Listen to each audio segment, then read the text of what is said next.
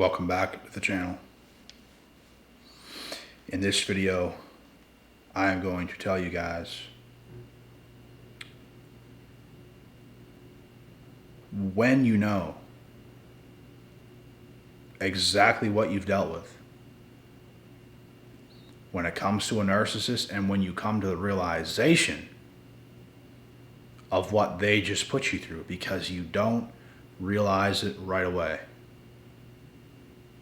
You never realize it right away.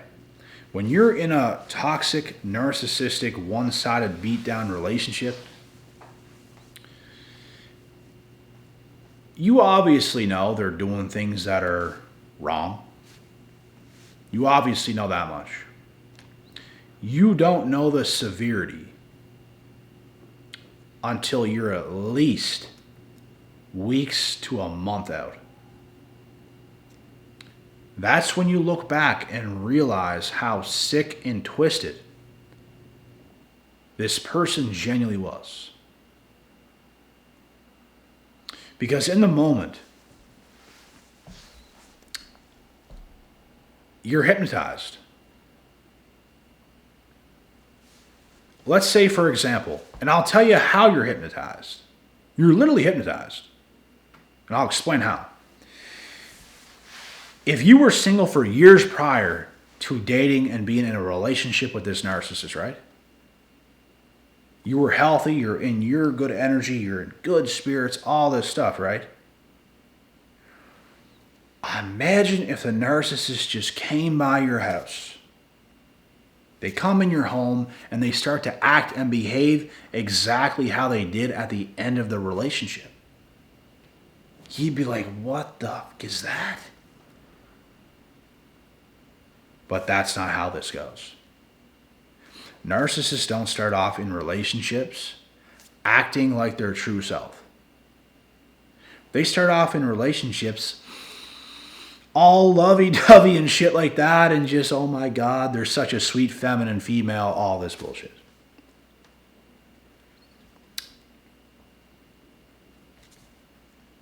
It's called the love bombing stage. And then the future faking comes. It's the love bombing, it's the future faking. They get you sold. They get you hooked. And if they get you hooked, you're hooked. Like a fucking fish that bit the hook. As soon as they got you, they're just rubbing their hands together. Oh, we got him. We got this idiot. They're reeling you in. Now, here comes the devaluation. They slowly start to devalue you. By this time, you're hypnotized.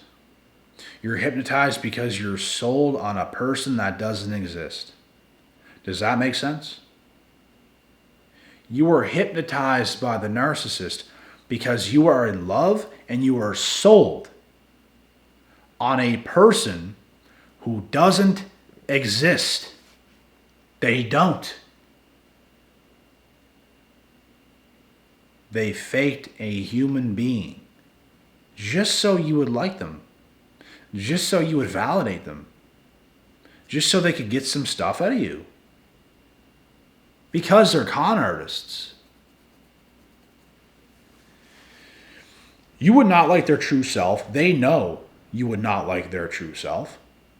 So what do?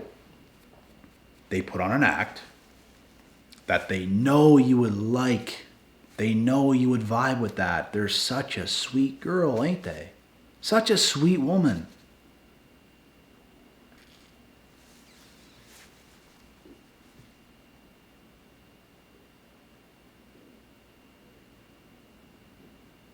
We've seen this before. We've seen this before. You're really not. I don't know what they get out of this, because they just lose in the end. Narcissists usually come across pretty valuable people sometimes. They have chances, they have opportunities with good partners, and they always F it up. Because of their deep-rooted traumas, insecurities, whatever else is going on, they mess it all up. But like I was saying, at the start of the relationship with the narcissist, they're just focused on making you love them, making you be sold on them, selling this dream.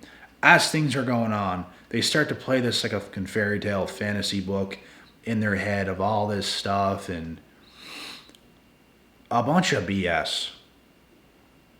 Because none of it even happens. They're all talk. None of it even happens. You get nowhere. And all you wanted to do was to get somewhere. You wanted to get somewhere with this person, but you never will because they're not capable. They're not capable because they're not the person they pretended to be. Maybe if they were the person they pretended to be, you'd be getting somewhere. Maybe you'd still be together with your crazy ex-narcissistic girlfriend if they were who they said they were.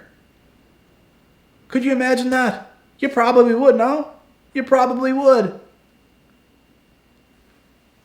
But you're not. But you're not. Because they're not that person. They never will be. That is a version in your head of the person that you have to just snap out of, let it go. They're dead. Grieve over that for a second. I have had to do that before. You grieve for a second over someone that didn't even exist. That's how brainwashed and hypnotized you were. And since you loved this person that didn't exist, you just thought it did. It's all an illusion. Narcissists paint an illusion and you get hypnotized by the illusion. That's all that happens. Once that's done, you snap out of it after weeks, after months. And that's when you look back and realize how sick and twisted all of that fairy tale shit was. It's sick, guys. It's sick. It's twisted. And we've all experienced it before. And it's completely insane. And I'm not going to say, oh, it doesn't get any easier to deal with. Because some things in life be like that. This, in my opinion, this is just my opinion. Sometimes I speak facts. Sometimes I have an opinion. Most things I speak in this channel are facts. This is my opinion. It does get easier to deal with. Some people don't think so. But I think those people don't heal. I think those people are still trapped in a false state of mind over this person. I think you do a far better job at healing if you understand fully the situation that you were just involved with, the person that you loved. You grieve over that for a second. That's something that didn't even exist, which is fucking embarrassing. Imagine crying over someone that just didn't even exist. That's fucking embarrassing. They embarrass us, guys. That's what they do. Because the person they actually are, you would despise. You do despise. There's nothing cute or funny or attractive about, to the core of their being, who they are. Nothing. They even become ugly on the outside. Even if they don't look like that, they just are to you because you know who they are. Literally ugly. You couldn't get up for them. Nothing. Nothing. And other people that don't know them might think they're, oh, that's a sweet girl. That's a sweet girl. That's a hot girl, man. Your girl bad, bro. Nothing bad about her. Actually, there is something bad about her. She's a bad apple. Throw it the fuck out. That's not attractive. That's not cute. That's not funny. That's none of those things. It's not hot. It's not attractive. You can be the prettiest woman on the outside and be as ugly as some deformed reptilian looking thing because of who you showcase yourself to be. Some self-absorbed, evil, lying, scheming, snake-like, selfish, covert narcissist. It's hideous. They're hideous. There's people who's overweight that look better than them, for God's sakes, once you get to know who they are. Not even kidding. That's how ugly they become.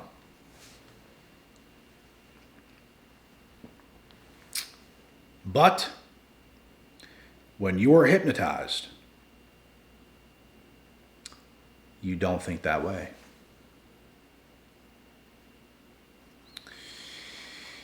It's almost like being the drunk guy at the bar. Oh. And he comes across a 2 out of 10. Hey baby, what's going on? He takes her home. He thinks she's attractive. He thinks she's cute. He sleeps with her. They wake up. And bro sees the Loch Ness monster looking dragon thing that he's with. And he's embarrassed. Because that's a 2 out of 10 that you took home from a bar, bro. Hideous. That's the equivalent of what it is like as soon as you get to know and learn about who the narcissist actually is. I pity you guys who are still years out of these relationships and you're still hurt over it. You still look back and, oh my God, I don't know what goes on in your guys' minds. I'm sorry to say it. I don't. Like, what is it going to take for you to wake up to the reality that they're not nearly as valuable or as attractive as you think they are? And your value is far higher than theirs. What is that going to take? I just don't understand what you guys see to make you guys still effective years after. Like, guys, they're a covert fucking narcissist. They're ugly as anything on the inside. Ugly.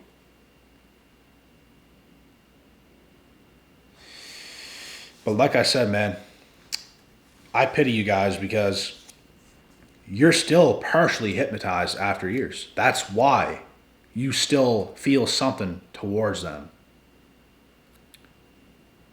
Because you're hypnotized. To a degree still. If you can completely get over them, if you don't lose a wink at night, if you can operate just fine on a healthy level, you're probably not hypnotized at all. You got rid of that. That is the goal. You have to get rid of being hypnotized. And if you don't, they're living rent-free in your head in a way that they should not be. You guys have to work your way out of that. Do not be hypnotized by these reptiles. Free yourself from narcissistic abuse because, guys, these people have a closet full of souls. I swear to God, guys, I have talked to women before that I said to them, my soul is mine. You can't have it. My soul is mine and you can't have it. You know what some of their responses were? Haha, funny. As if I'm joking. I'm not joking at all. I'm not joking at all. My soul is mine and you can't have it. Because I know what the fuck you're doing. You want my soul so bad, you can't have it. You're going to have to go get some other clown who has no clue what's going on. You can have his soul. Hopefully he can get it back too.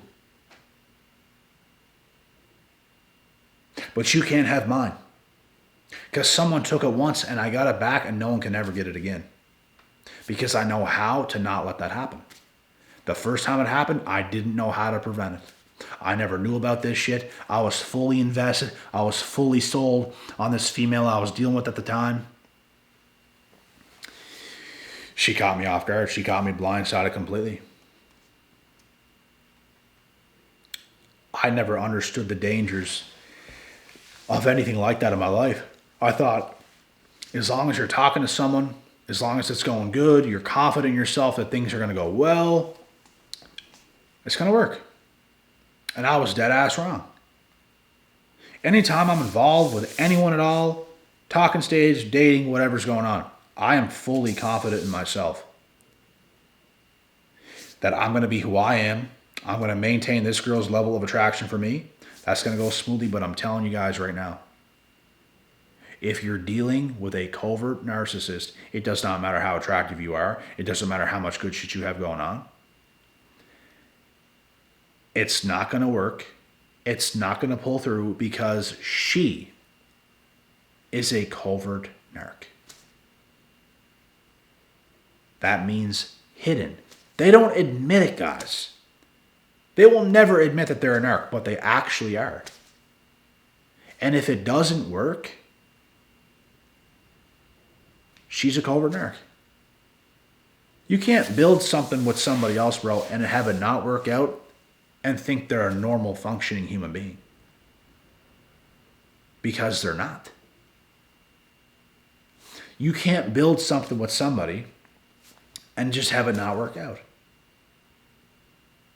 If you're building something with someone and you're on point and she's on point, it's going to work out. It's going to. Things don't work out in life and in relationships and in marriages because somebody wasn't on point. So if you're on point, you're going to be confident in yourself, but things can still fail because of the other person. That's facts. A lot of the time, guys, you just did nothing wrong. But a narcissist is going to twist it. They're going to twist it. They're going to make it seem like you did do something wrong. Like something did change, something did happen, whatever excuses they have. Because that's who they are. They're excuse makers. They change their mind like the wind. They manipulate this situation. They manipulate that situation. They're just a fucking feather in the wind like this. You can't trust them as far as you could just throw them halfway across the room.